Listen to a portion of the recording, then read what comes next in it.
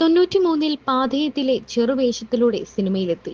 അന്നു മുതൽ ഇന്ന് വരെ മാധ്യമങ്ങൾക്ക് മുന്നിൽ എത്തിയിട്ടില്ലാത്ത നടി. പാഥേയത്തിൽ തുടങ്ങി 2018 വരെ എണ്ണപ്പെട്ട സിനിമകളിൽ അഭിനയ സാന്നിധ്യം അറിയിച്ചിട്ടും മാധ്യമങ്ങൾക്ക് ഇന്നുവരെ റോസ്ലിൻ എന്ന നടി ഒരു ബൈറ്റ് പോലും നൽകിയിട്ടില്ല.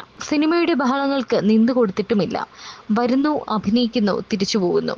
അതിനപ്പുറം റോസ്ലിൻ ആരെന്നും എന്തെന്നും അറിയുന്നവർ ഒരുപക്ഷെ ഇൻഡസ്ട്രിയിൽ തന്നെ വിരളമായിരിക്കും.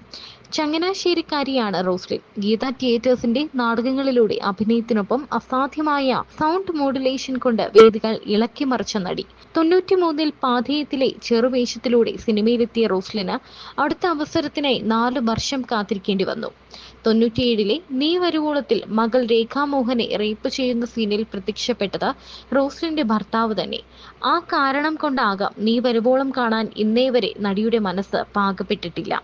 നീ വരുവോളത്തിലെ അമ്മയെ മനോഹരമാക്കിയതിന് സിബി നൽകിയ ഉപഹാരം 98-ലെ പ്രണയവർണ്ണങ്ങളിലെ മഞ്ജു വാര്യരുടെ ചിറ്റ.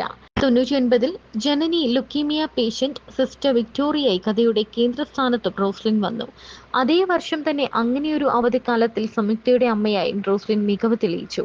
സൂപ്പർ ഹിറ്റ് ചിത്രം ഡാർലിംഗ് ഡാർലിംഗിൽ CI പോളിനൊപ്പം ഭാര്യ സാവിത്രിയെ ചിരിപ്പിക്കാനും തനിക്ക് കഴിയുമെന്ന് നടി തെളിയിച്ചു. 2001-ൽ വക്കാലത്ത് നാരായണൻകുട്ടിയിൽ നായകന്റെ അമ്മ. ഷാഹിനിയായി മീര ജാസ്മിൻ നാഷണൽ അവാർഡ് സ്വന്തമാക്കിയ പാഠം 1 വിലാപത്തിൽ ഒരു ഉമ്മയുണ്ട്. ഷാഹിനിയുടെ ഭർത്താവായ റസാഖിന്റെ ഉമ്മ. മകന്റെ 2ാം കെട്ടിൽ അതൃപ്തിയെങ്കിലും പുറത്തു കാണിക്കാതെ അവന്റെ 2 ഭാര്യമാർക്കിടയിലും നിന്ന് നീറുന്ന അവന്റെ കൊള്ളരുതായ്മകൾക്കെതിരെ ശബ്ദമുയർത്തിയും ഒച്ചയടക്കിയും പ്രതികരിക്കുന്ന റോസ്ലിന്റെ ഉമ്മ എന്ന കഥാപാത്രത്തെ സിനിമ കണ്ടവർ മറക്കില്ല. കഥാപാത്രമായി ജീവിക്കേണ്ടത് എങ്ങനെയെന്ന് ആ സിനിമയിൽ നടി കാണിച്ചു തരുന്നു. മികച്ച 2ാമത്തെ നടിക്കുള്ള സംസ്ഥാന അവാർഡും ചിത്രം റോസ്ലിന് സമ്മാനിച്ചു.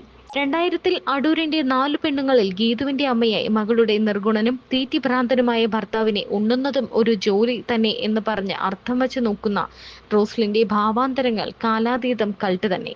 2009-ലാണ് കരിയറിൽ ഏറ്റവും കൂടുതൽ സിനിമകളിൽ റോസ്ലിൻ പ്രത്യക്ഷപ്പെട്ടത്. 7 ചിത്രങ്ങൾ. പിന്നെ പ്രേക്ഷകരിലേക്ക് എത്താൻ 2009-ലെ കാര്യസ്ഥൻ വേണ്ടി വന്നു. 2015-ൽ എന്ന് നിന്റെ മൊയ്തീനിൽ ടോവിനോയുടെ അമ്മവേഷവും റോസ്ലിൻ മികവാർന്നതാക്കി. സിനിമകളിലെ ചെറുവേഷങ്ങൾ റോസ്ലിന് കുറഞ്ഞതോ അതോ കുറച്ചതോ എന്നറിയില്ല. ജോയ്സിയുടെ സൂപ്പർ ഹിറ്റ് സീരിയലുകളിലെ മിന്നുന്ന പ്രകടനങ്ങളിലൂടെ നടി വേറിട്ട വഴി തേടി. അതിൽ തന്നെ മഞ്ഞുരുക്കം കാലത്തിലെ വസുമതി അമ്മയ്ക്കും ഭ്രമണത്തിലെ വിമലാകുമാരിക്കും പ്രത്യേകം ഒരു ഫാൻ ബേസ് തന്നെ ഉണ്ടായി.